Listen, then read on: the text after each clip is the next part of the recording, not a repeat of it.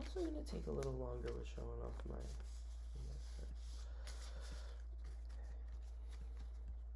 Alright. This is my first note card. My second. My third. My fourth.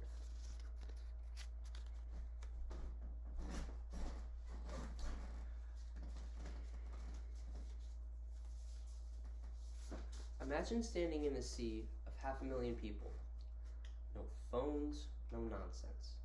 Just peace and music. Welcome to Woodstock 69. Hello class, my name is Troy Angevine, and today I'm going to be doing a deep dive on the iconic music festival entitled Woodstock 69. You may be asking, what is so special about some old music festival? And to that I say, Woodstock was way more than just a music festival. It was a cultural milestone that embodied a generational sense of peace, unity, and change in the late 1960s, leaving a lasting impact on the music industry and society as a whole. But first, let's dive into the simplicity of Woodstock. Woodstock was intended to be nothing more than a music festival, but with the sheer amount of cultural movements, Woodstock became an outlet for a broken generation. Woodstock's original lineup consisted of Jimi Hendrix, Janis Joplin, The Who, Santana, and Sly and the Family Stone. Some say the festival held 2 years prior was nearly on par with Woodstock. This festival was called the Monterey Pop Festival, held in 1967. Some key moments that happened at this festival were Jimi Hendrix burned his guitar, The Who smashed their guitars, and Janis Joplin was fresh on the scene. A lot of her songs weren't popularized yet, so her performance was legendary. Now let's look at the time period. The late 1960s was a strange, tense, and transformative era in the United States. At the time, Woodstock reflected and contributed to a larger cultural movement that embraced experimentation, openness, and breaking away from tradition. At Woodstock, mass nudity wasn't unusual. It was more or less celebrated. It wasn't about sexuality, though. It was more about freedom, community, and rejecting those social norms that bound society. People felt comfortable expressing themselves in ways that were normally rejected. Many people were spotted skinny dipping in the river that ran right across. Drugs also played a major role. Psychedelics like LSD and magic mushrooms fueled a whole new wave of experimentation. These substances created hallucinatory, mind-bending experiences, and Woodstock ended up becoming a safe outlet for exploring that counterculture. It is theorized that one person passed away from overdose, but unfortunately, there is not enough information on this claim, so I cannot confirm nor deny the credibility of this statement. Of course, the political backdrop was huge. America was in the middle of the Vietnam War, a time of mass civilian casualty and a deep sense of national division.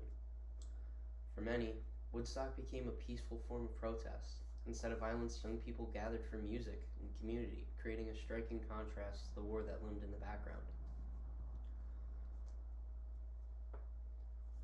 I'd like to look at the lasting influence that Woodstock had. The long-term impact is, when the music ended, the show wasn't over. Its influence continued to shape festivals and cultural memory today. No matter where you look, you can always find a piece of Woodstock. As one article put it,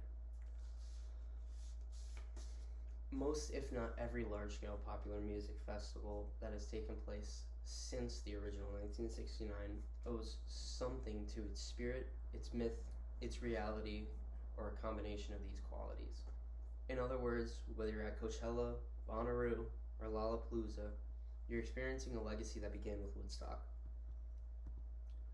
Even the technical side of Woodstock was groundbreaking. The sound system built by Hanley Sound was unlike anything that had been done before.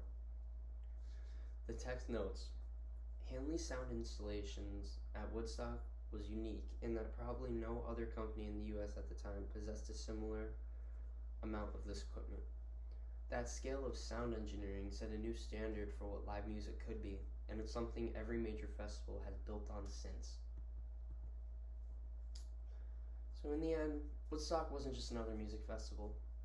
It reflected the counterculture spirit of the 1960s, blending peace, unity, and resistance into an event that continues to shape both music and society today.